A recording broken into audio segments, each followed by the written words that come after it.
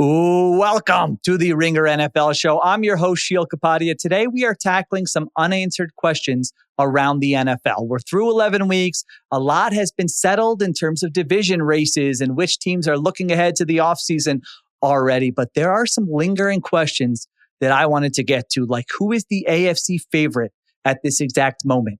Can the Bears actually win the NFC North? Didn't have a chance to talk about that game during yesterday's show.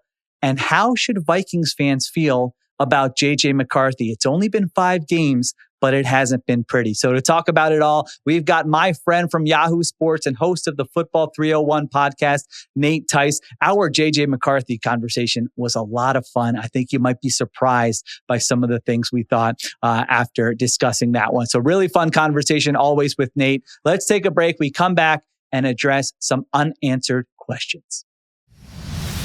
This is the Ringer NFL show presented by FanDuel, the best place to bet the NFL all season long. FanDuel's got it all. Same game parlays, quick bets for jumping in live, and your way so you can build the bet that fits your play. And Missouri, get excited because FanDuel's coming your way December 1st. Download the FanDuel.com/Ringer NFL to get started. Must be 21 plus and present in select states and 18 plus in DC, Kentucky, and Wyoming. Gambling problem? Call 1-800-GAMBLER or visit rg-help.com. Call 1-888-789-7777 or visit ccpg.org/chat in Connecticut.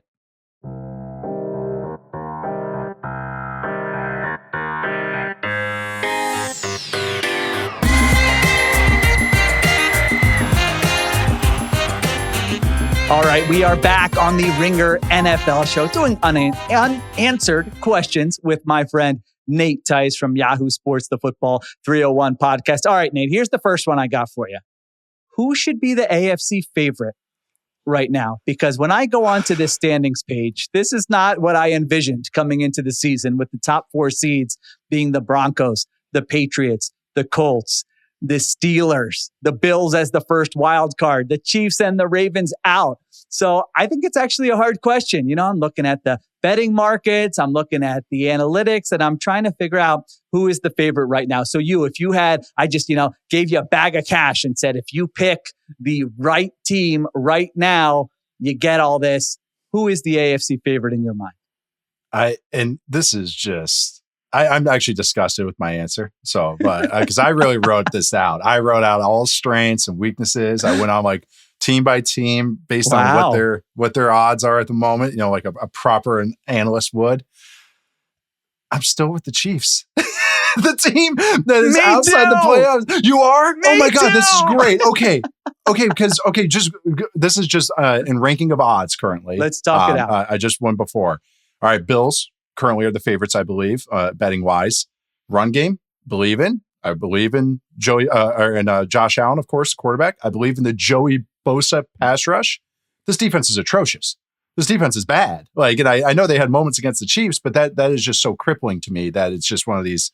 But I went through this on Football 301, our review show or recap show yesterday but everybody in the AFC has such weaknesses that it's like, is that the one that's damning to them because you trust the offense and everything? I'm still working this out. So this is great to talk it all out. Colts, run game, explosive, awesome passing game, smart defense. I wouldn't say good. I would say a smart and well-coached defense, but the defense is still gettable. Louis Anarumo, though, kind of gets that Spags bump for me. Like once they get to the playoffs, he might be, throwing some junk and just really, manipulating quarterbacks and everything. So they might be just average right now in the regular season. I like the Sauce Gardner edition. A little pricey though, but I like that edition and it helps out a lot. But I still think this is more like the 14th best defense, not like a true, real contender I can bet on. I like the offense. And also you got the pumpkin factor with Daniel Jones. You just do. I know he's been playing well, but you got the pumpkin factor. Yeah. So that's what I got to throw that in there. Broncos. I mean, the Chiefs are next in odds. So we're not totally crazy. They're the 3rd favorites right now to win the AFC. Yeah. Broncos, amazing defense, good offensive line, weaknesses, Bo Nix. And a run game that's fine, but not good. And that's how I would put it. It's just, especially with now J.K. Dobbins is out. Ravens, another team keeping an eye on. Feeling much better about their defense now. Still don't think it's great, but much better. I know a lot of people are noticing Kyle Hamilton, what they're doing. Lamar is Lamar. You can bet on him. but the run game's taking a step back. And Derrick Henry's slower this year. Father Time's starting to, knock on his door a little bit. I had some miles per hour tracking numbers. It's dropped down. This is all career lows and 50-mile-an-hour rate, all that stuff. So, and then the Patriots are the next team. I don't trust the run game. I don't trust the defense completely. And now Milton Williams is hurt. Do trust Drake May. But if we're looking at true contenders as opposed to a playoff team, as opposed to playoff team and win one game, a team that can go on the run, I'm still going on the Chiefs. And I'm curious what your thoughts are, but it's just more of they're fine enough on defense. They're fine enough on offense. I like the offensive line, actually. They got Mahomes, and I know the pass catchers in the run game isn't perfect, but it's fine enough, and so that's how I just came to this conclusion. I did not think you were going to pick the Chiefs. I was all ready to come in and explain to you and try to convince you why it's the Chiefs. But since that game yesterday, we're recording this on Monday, and all the narratives that are coming out, and as I was just looking at stuff this morning and thinking about it, I'm like, I'm in on the Chiefs. I think they're going to be fine. I think people are going to feel so stupid that they thought this team was actually going to miss the playoffs. And if you just told me I had to bet my life on one AFC team to make the Super Bowl, I would still pick them. They're, all the narratives that are out there, they are second in EPA per drive. They are third in DVOA. If you want the boomer stats, they're seventh in points per game. Mahomes is sixth in EPA per pass play. Every offensive metric you look at, and I know it doesn't always look perfect. That's every team in the NFL has games, quarters, possessions where you're like, it's not always going to be great. They're 0-5 in one-score games. They're losing these high-leverage moments. They're getting bad breaks. They're getting unlucky. I know that's boring. That's dumb analysis with all the time we spend doing this, but that's my analysis with the 2025 Chiefs. It's nothing more. And I know you don't hang a banner like second in EPA per drive. I know someone's going to say that to me, so I'm getting ahead of it right now. But the point is, down to down, they, to me, are a top 5 team in the NFL. And then, Nate, let's add in some of the intangible stuff that we see in sports. A team that has that championship DNA with their backs against the wall in a position they've never been in before. I've seen Andy Reid dig out of holes like this before. I'm curious to see Patrick Mahomes, what he looks like over the next 6 weeks. So I will be shouting from the rooftops until they are mathematically eliminated that they are still the favorites in the AFC. I really have gotten into it, and it's sometimes trying to simplify my own kind of handicapping, and because I've kind of said this about myself, it's like my dad horse betting. I'm a better handicapper than I am a gambler. As far as I don't listen to my own advice too much. And I think with the Chiefs is that it's really just getting down to, and maybe this is some NBA analysis with this. Are you a top 10 offense? Are you top 10 defense? Can you run the ball? Can you be an explosive passing game? And can you stop that on defense? While I don't think this Chiefs defense is what it was a couple of years ago when they won the Super Bowl and Spags was having the time of his life with all those DBs and everything, it's still a good defense. It's, 12th-ish, 10th-ish like that. And I think it's going to be on the upswing as they kind of figured out their DBs. I think we see more dime out of them. I think we see some more. I want to rewatch this game because it's only been TV copy for me on rewatch. I haven't done all 22 on it yet. But I want to see kind of if they did anything outside the bye that was interesting to me. Because that's always just the thing is the Chiefs, you always look at it after their bye week, they start rising, and they were already rising before the bye week. And so that's why I'm still staying optimistic on it. The run game is not explosive, but they're so efficient. They get on base. It's the money ball running game. It's they get on base. That's what they do. So, okay, yes, the deep balls aren't all the way there, but I think they that'll even out. I think the defense will keep them in games. It's just one of these things where it's they don't have that true weakness. They're fine to good in a lot of areas that I think are true contender numbers. So that's why I'm just kind of not out on them yet. I'm with you. If you look at, I like this site Unpredictable. It looks at it ranks every team based on the betting markets. The Chiefs would be favored over every other team in the NFL right now on a neutral field.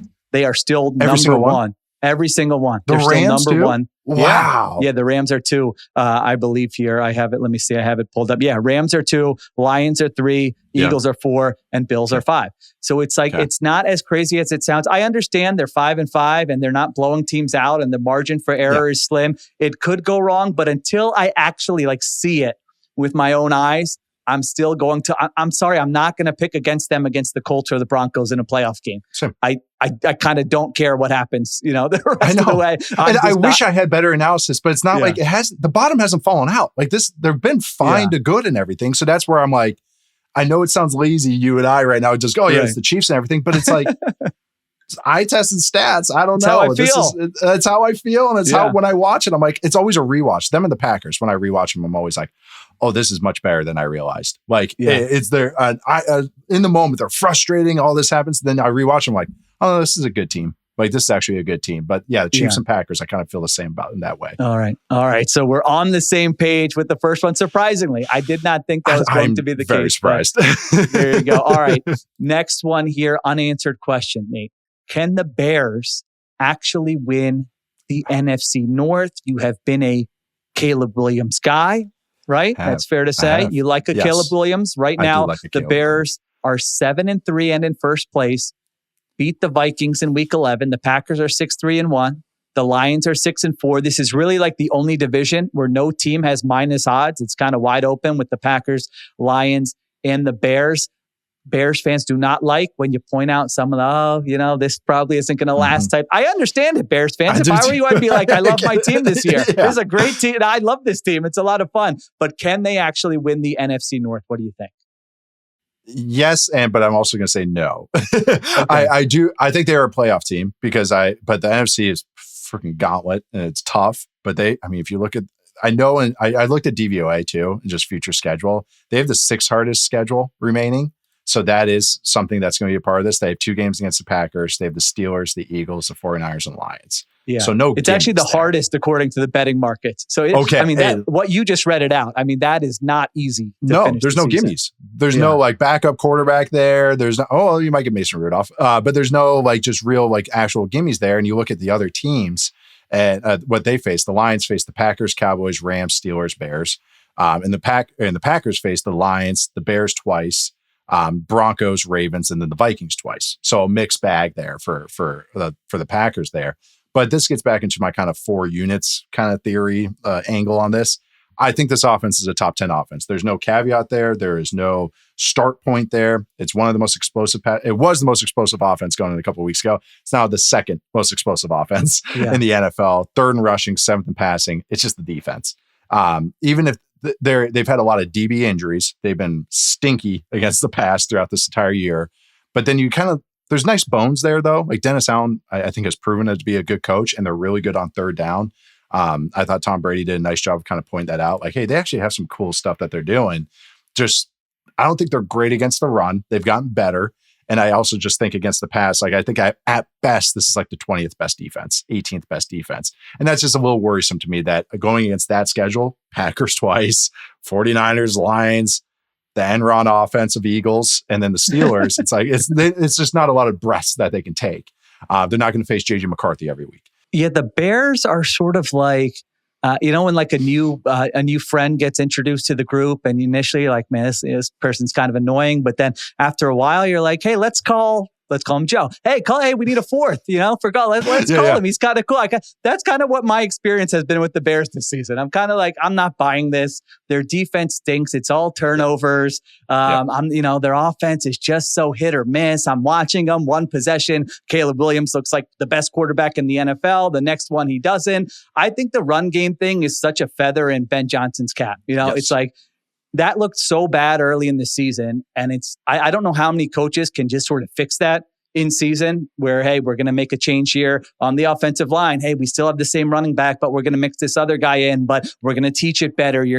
All of a sudden it's going to click. And it's like, that's actually what's happened. That is good coaching. A lot of coaches making excuses. This guy's injured. It's like he had issues to work through and he improved the football team. He improved the offense. He put Caleb Williams has like 3 plays a game where I'm looking up going, it's already a sack in my head. And then half a second later, he's spinning out of it. I can't believe, he is, that has been to me like the biggest revelation with Caleb Williams this year is that he's getting sacked. I think it's under 5%. It was 11% last year. And some of these you watch them and you go, man, that is like a sack with most quarterbacks in the NFL. So I don't know if it's his athleticism or what that didn't quite pop off to me like last year. But now when you watch him, you're like, he looks like one of the best athletes at quarterback in the NFL. His balance is where his athleticism shines and his core strength and everything. He's bigger than people realize. He's not very tall, 6'1" and change, but he's like 230. Like he's like a stout dude, and his balance is rare. I'm glad you brought up the sack rate because that's where the time to throw thing with Caleb has gone blown so out of proportion. He's gotten so much better from the pocket. He was always better from the pocket than people realized. It was just that he had some, especially throwing over the middle, he'd get a little spooked. And when it wasn't perfectly clean, and now you can see him get so much more comfortable working from the pocket. They did so much under center this week, and they've done a lot of under center this whole year.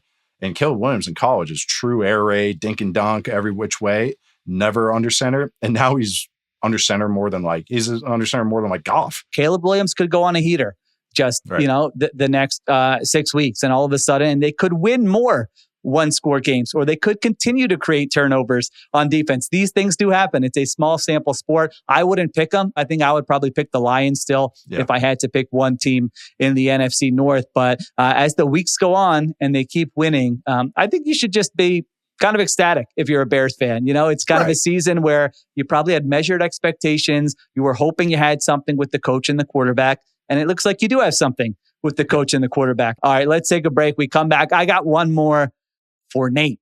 Unanswered questions. This episode is brought to you by State Farm. Having insurance isn't the same as having State Farm. It's like needing the protection of an offensive guard on the football field, but getting an elementary school crossing guard. Sure, they're both guards, but you can only trust one to keep your quarterback safe when the game is on the line. So don't settle for just any insurance when there's State Farm. Like a good neighbor, State Farm is there. All right, we are back on the Ringer NFL show. It's a sensitive one, Nate. All right, tread lightly, okay? Because in my experience, the fan base that has the young quarterback who they're invested in, who they're not sure about, that is kind of the peak of sensitivity among NFL fan bases. So all right. So unanswered questions, Nate. How should Vikings fans feel about how things are going with JJ McCarthy? I'm giving the caveat for you. It's only been 5 games. We understand he's young. The NFL is hard. No one's writing the book on JJ McCarthy. But from what we've seen now, Vikings fans, how should they feel about how this thing is going? Not great. Probably. And I try to be such a silver linings guy with quarterbacks. Yeah. Even when like Justin Fields was struggling, I'm like, hey, he can run though. He can run, like I try to find these angles. And with McCarthy, it hasn't been good. It's been it's not just in a physical sense or just it is in a physical sense, but it's also just in a mental sense. The game looks really fast for him right now. And that's why you see when they get off those opening script plays that all of a sudden the sprays start happening, that it just feels like everything's tight. It feels like the ball's going into harm's way. And that's because I just think mentally, he's a guy that we all knew needed reps.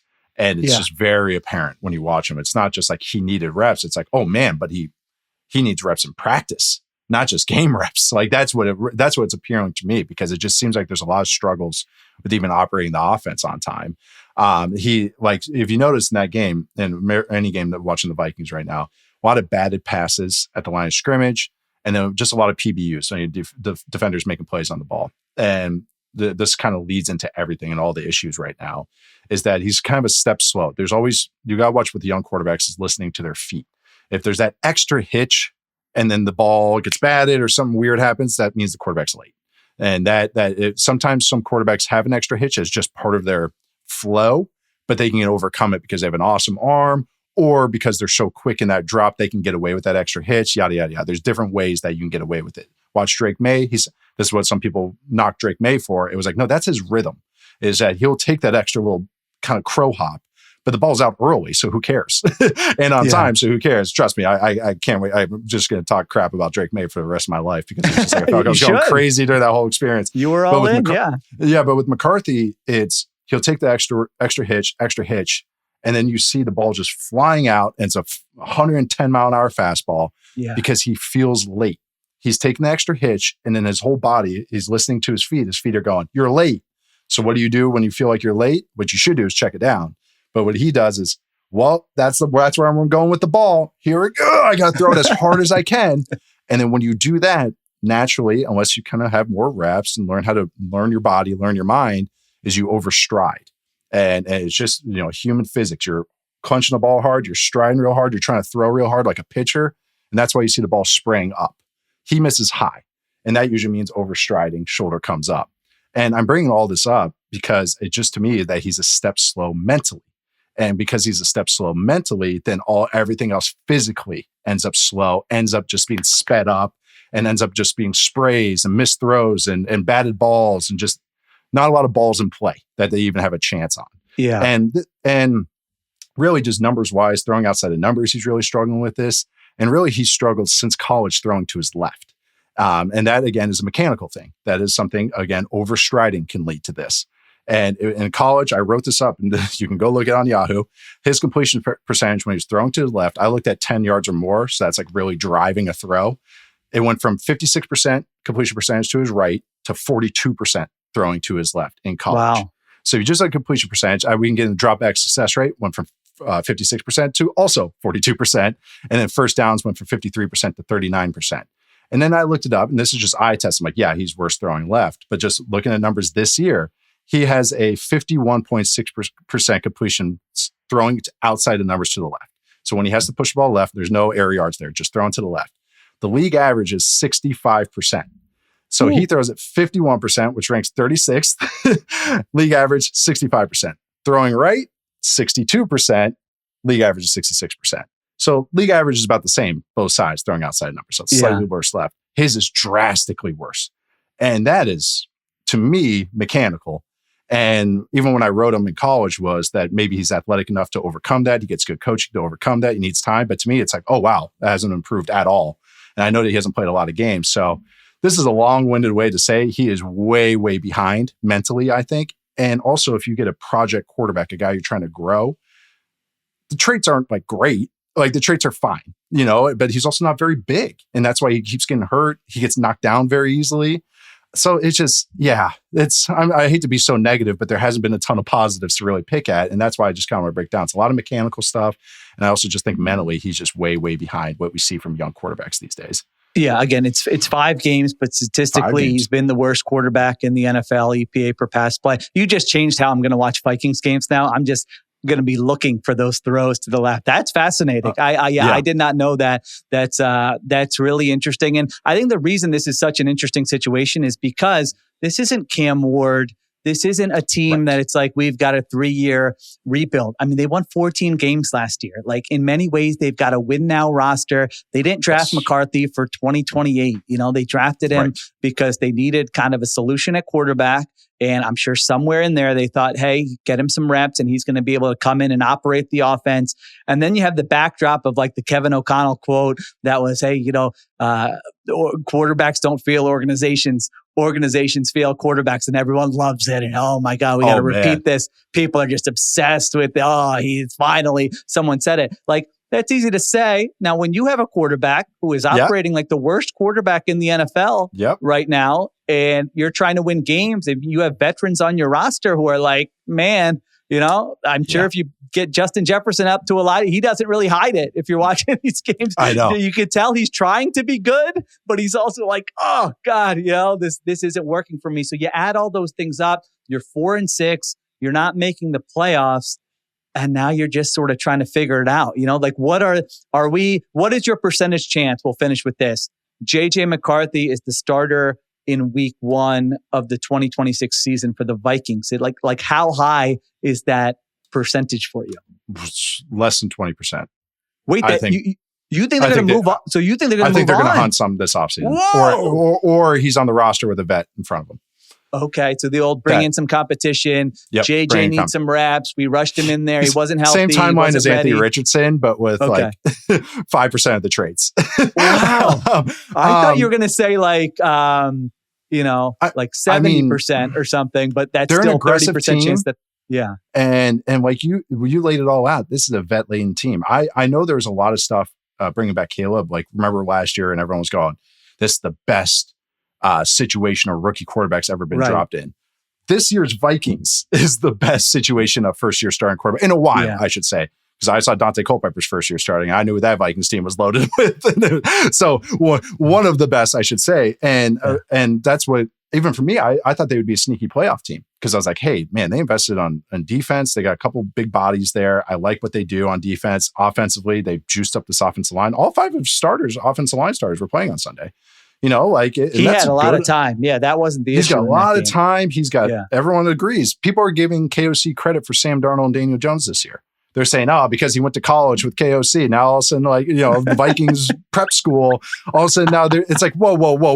Like they're doing good this year too. Like, and so that's what's I know. And so that's what's very funny is that like, it's easy to say that and I love KOC. I think he's a great coach. I don't want to knock him. Me too.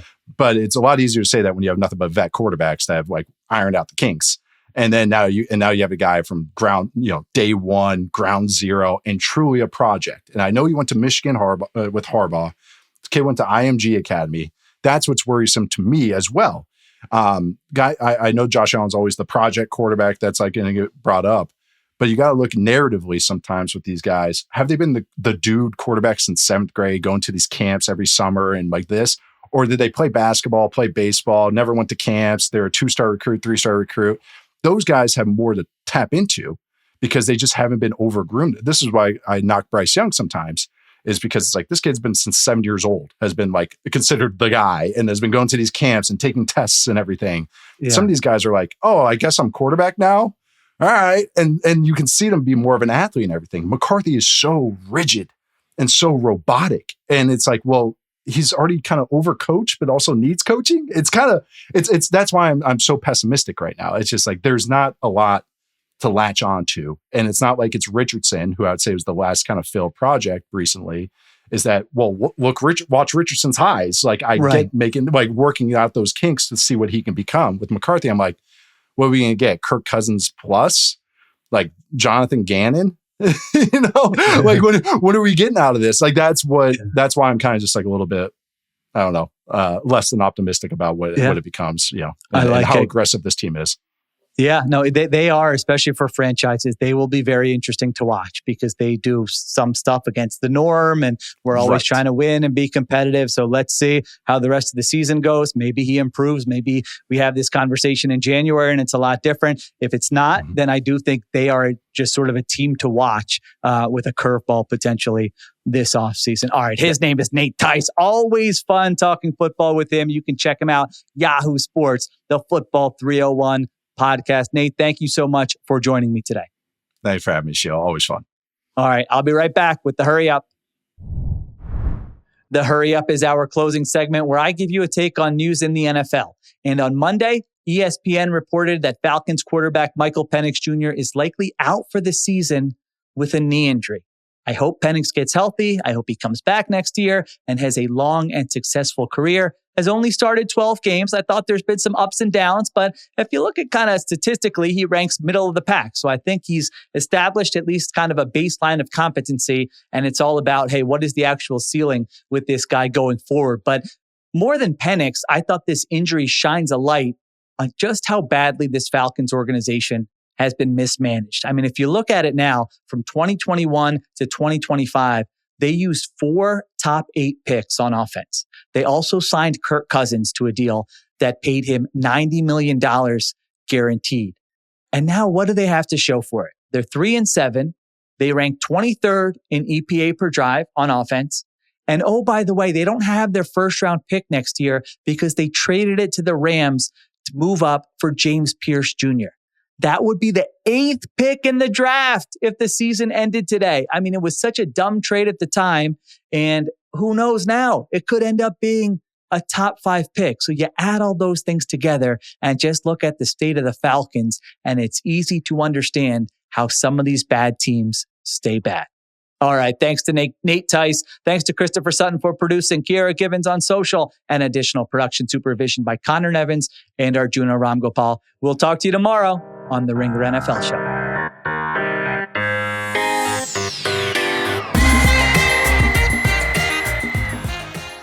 Must be 21 plus and present in select states. For Kansas, in affiliation with Kansas Star Casino, or 18 plus and present in DC, Kentucky, or Wyoming. Gambling problem? Call 1-800-GAMBLER or visit rg-help.com. Call 1-888-789-7777 or visit ccpg.org/chat in Connecticut or visit mdgamblinghelp.org in Maryland. Hope is here. Visit gamblinghelplinema.org or call 800-327-5050 for 24/7 support in Massachusetts, or call 1-877-8-HOPE-NY or text HOPE-NY in New York.